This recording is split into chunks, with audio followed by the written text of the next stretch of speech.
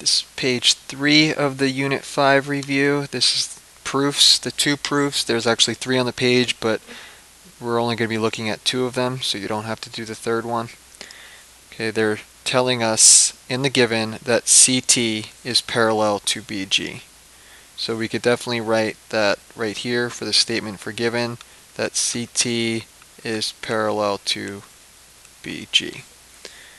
Now also what that means in our picture that we're given, so CT is parallel to BG, okay, and we're going to look at this as one of my transversals. That would mean if these two lines are parallel and this is a transversal, that angle 1 and angle 2 would be congruent because they're corresponding angles. Reason number 2 is talking about corresponding angles. So the statement for that says that angle 1 must be congruent to angle 2. The reason for number 3 is the reflexive property. So we're trying to prove that this triangle is similar to this triangle. Well, if I look at both of those, the small one and then the larger one, they both have this angle right here in each of them. That's angle A. So since they both have angle A, that's congruent to itself. That's what the reflexive property is. So angle A is congruent to angle A. Okay, going back to these pictures, we know that this is angle 1 and this is angle 2. So the two triangles are similar by angle. The second proof. Again, you're looking at the given, so we know that AC is congruent to AT, OD is congruent to OG, and we also know that AC is parallel to OD. I'm going to take the given and fill this in up here. So AC, make that congruent mark, is congruent to AT. So if you look at this, you know this is an isosceles triangle. I'm looking at OD is congruent to OG, again in the given, so this is also an isosceles triangle.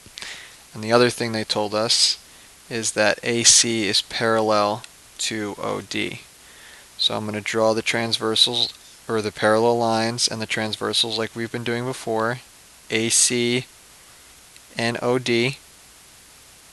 Here is a transversal that intersects both of them. Okay.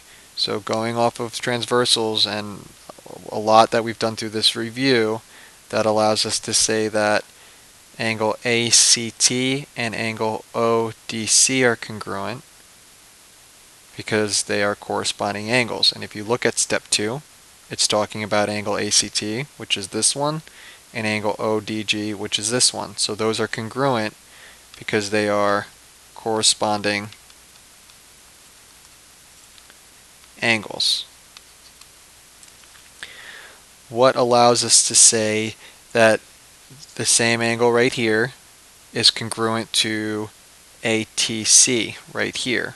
So what else allows us to say these two angles are congruent? Well, if you remember from an isosceles triangle, if two sides are congruent, the angles across from those sides must also be congruent.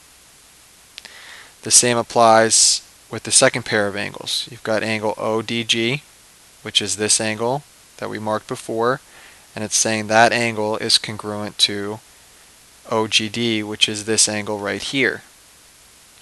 Why do we know these are congruent? Because this is an isosceles triangle and the angles across from those sides must also be the same.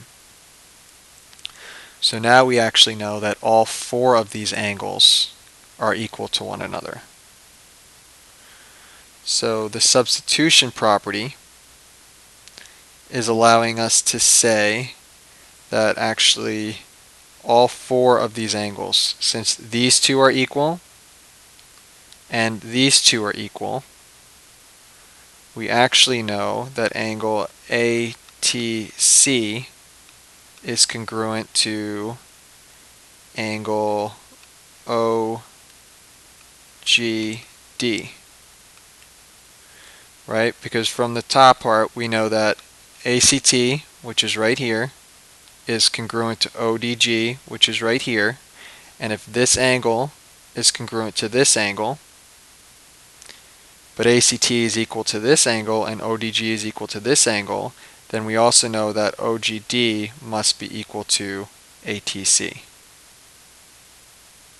Okay, that leaves us with the last step, which is the two triangles are similar, and the two triangles are similar by angle angle, because you have two angles that are congruent in each triangle.